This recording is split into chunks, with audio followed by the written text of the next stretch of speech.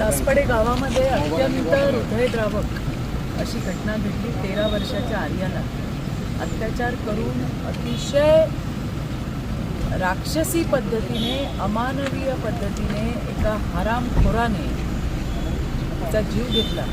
आज आम्ही तिच्या परिवाराची भेट घ्यायला गेलो होतो। खरं तर शब्दच नाही आहेत की कुठल्या शब्दांमध्ये सांत्वन करायचं। 2 मुली त्याच गावातल्या, या नराधमाने त्या 2 मुलींचा जीव घेतला।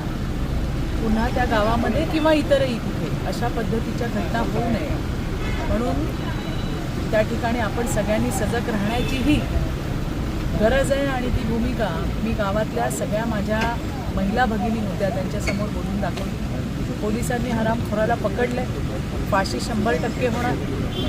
आज खरं तर राज्याचे सन्माननीय मुख्यमंत्री देवेंद्रजी यांनी त्यांच्या मुलाच्या शिक्षणासाठी छोटीशी मदत फुलना फुलाची पाकळी म्हणून पाठवली। आज ती आमचे आमदार मनोजदादा घोरपडे यांच्या आईच्या हस्ते आम्ही त्यांच्या परिवाराला देऊ। चांगल्यात चांगला वकील हा सरकारकडनं दिला जाणार। या नराधमाला फाशीच होणार, मरेस्तोवर फाशी होणार।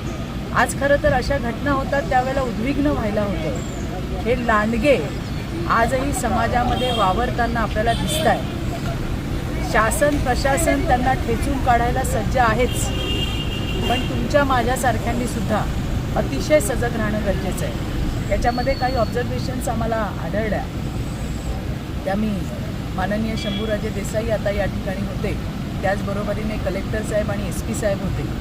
गावामध्ये CCTV हवे, त्याचं प्रोव्हिजन करणं अतिशय गरजेचं आहे। त्याचबरोबरीने दुपारच्या वेळामध्ये साधारण प्रत्येक गावात हीच परिस्थिती आहे की आई वडील घरातले सगळे शेतीच्या कामासाठी शेतात जातात, घरात कोणी नसतं। त्यावेळेला पेट्रोलिंग होणं पोलिसांची ही होणं गरजेचं आहे। आणि त्याचबरोबरीने पहिल्यांदा आर्याला जर कोणी बघितलं असेल तर तिचा 5वीत शिकणारा छोटासा भाऊ, त्यामुळे या सगळ्यांचं काउन्सिलिंग होणं, तिच्या भावाचं, आईचं, वडिलांचं, आजोबांचं, आजीचं काउन्सिलिंग होणं सुद्धा अतिशय गरजेचं आहे।